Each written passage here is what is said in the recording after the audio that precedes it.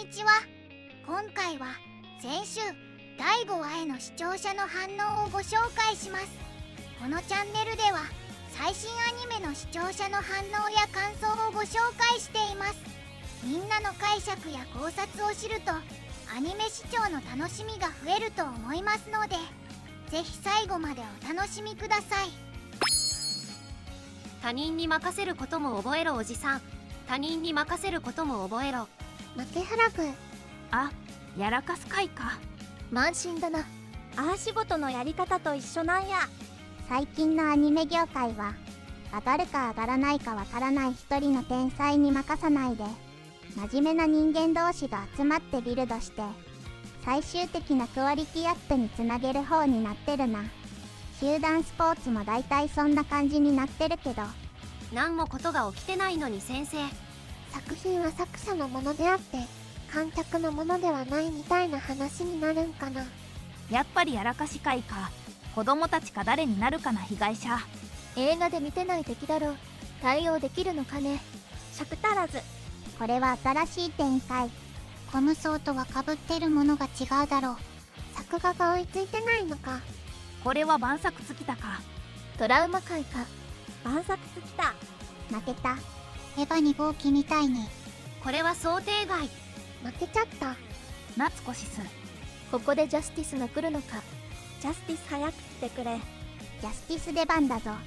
あの人死んじゃうのか。ここまでが一部みたいな感じ。エヴァみたいやな。主人公は二度と死ぬ。無敗な夏子が続くのかよ。どうせジャスティスが助けに来んだろ。サーバルちゃんが来ればいいのにな。面白くなってきた。足元すくわれたな。服だけ溶かされちゃう。やっぱ慢心はファンのやな。これはルークあたりがかばって怪我しそうだな。ドラゴンボールで復活しよう。やっぱ調子乗ったらいかんな。まあスライム相手に斬撃とか。晩作待ったは使えないのか。何のパロかわからなかったのが敗因だな。それジャイアントロボっぽいの持ったけどわからん。異世界で死んだらどうなるんだ。現実に戻るかな。序盤に全周ノルマばらまいてた時点で予測された展開やな。元ネタは何だったん？わからん。無限の住人かも。時代劇アニメは80年代から高畑勲なんかも作ってたがどれだろうな。いわきの窮地監督トリトはまあ水かスライムっぽいやつを切っても倒せないよね。そろそろ土偶会かと思ってたんだけど、別にあいつの会はなくてもいいな。バンク使いまくりのアニメなのに毎回戦うのは新規作画だけっておかしいよ。モブ子供にキャンアイドルいわきにはいわきの人だった。前半でパロディ出してしまったのね。服だけ溶かすスライムが。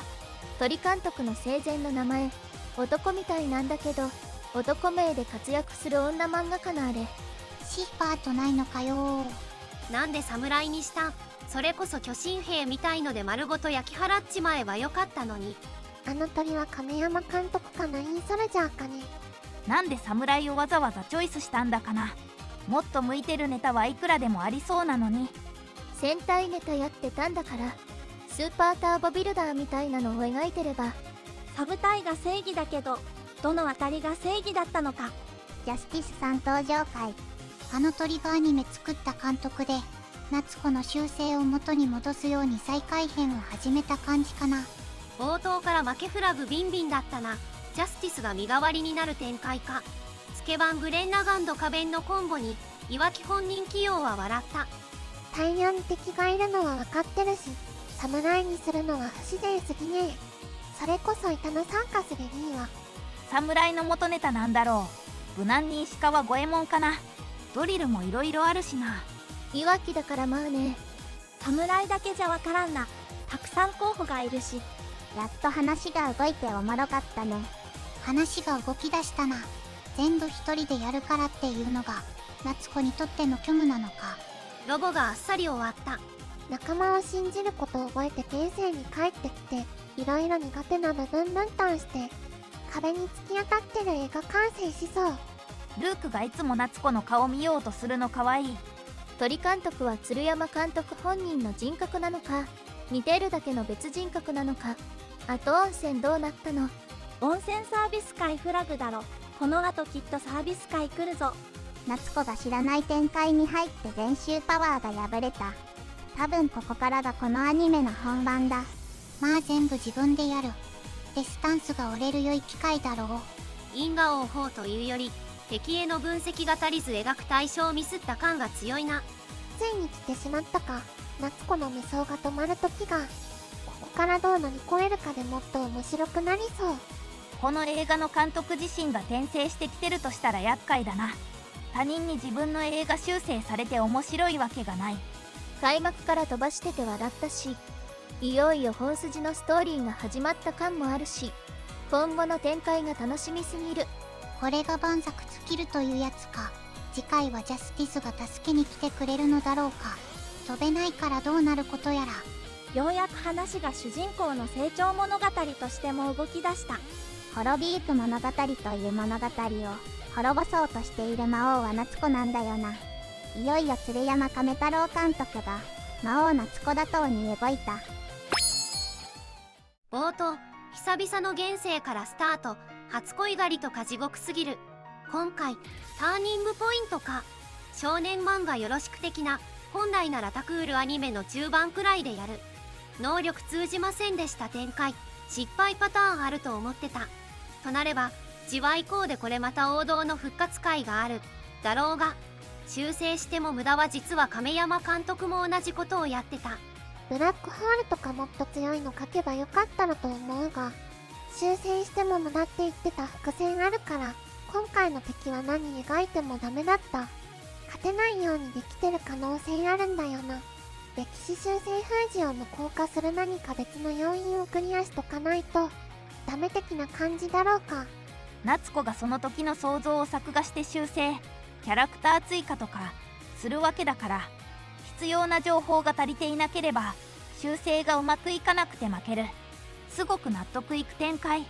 ルークや QJ が様子を見ている最中だったわけですし、滅びゆく物語も深掘りをしないで割と飛ばしてた脚本だということを踏まえて、今回アバンから3パターンもパロディを入れ飛ばしていた上に、ユニコーンにとっての角やドラゴンにとっての翼やなくてはならないものの描写があり、夏子の慢心を含め敗戦濃厚だったわけだが、ようやく動くか。まあ大体予想はできた。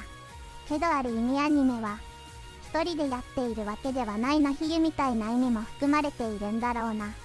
他人に頼れという話やな。まあ鳥監督は何を考えているのかな。来週も楽しみや。映画がこけて潰れた制作会社ってあるんだろうか。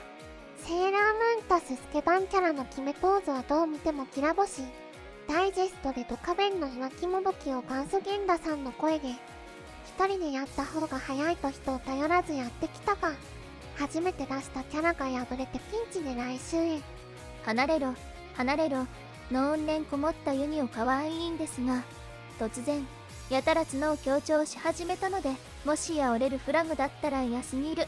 マグマが出るのシーンはシリアスな場面なのに思わず吹いてしまいました。今週は一瞬で終わってしまった感覚。早く続きが見たい。ジャスティスという元ナインソルジャーがルークから慕われていたけど、抜けた原因をルークのことを思って言わないジャスティスがかっこよすぎる。今回前回よりもラストの展開が違くて、作画追加や負けてしまってピンチになるのがさらにひねりがあってよかった。デスティニーは前の方が良いかな。途中で出てきた諦めたような助言してきたキャラは1話で死んでたバーよね。おそらくこのバーも転生後は展開を変える力を与えられて、どうにかこうにか生き抜いてきたけど、行き詰まってそこに立ち止まってたんだろうな。長い間世界にいるせいで姿も変わっちゃったんじゃないかな。アニメ映画の世界に転生したのにそのアニメのストーリー改変しまくってて、ただで終わるわけはないと思っていたけど、監督らしき存在も出てきて、いよいよこの物語全体の核心に触れる段に入ってきたかな。最後まで見てくれてありがとうなのだ。なので高評価が欲しいのだ。感想コメントも欲しいのだ。チャンネル登録してくれると嬉しいのだ。お願いするのだ。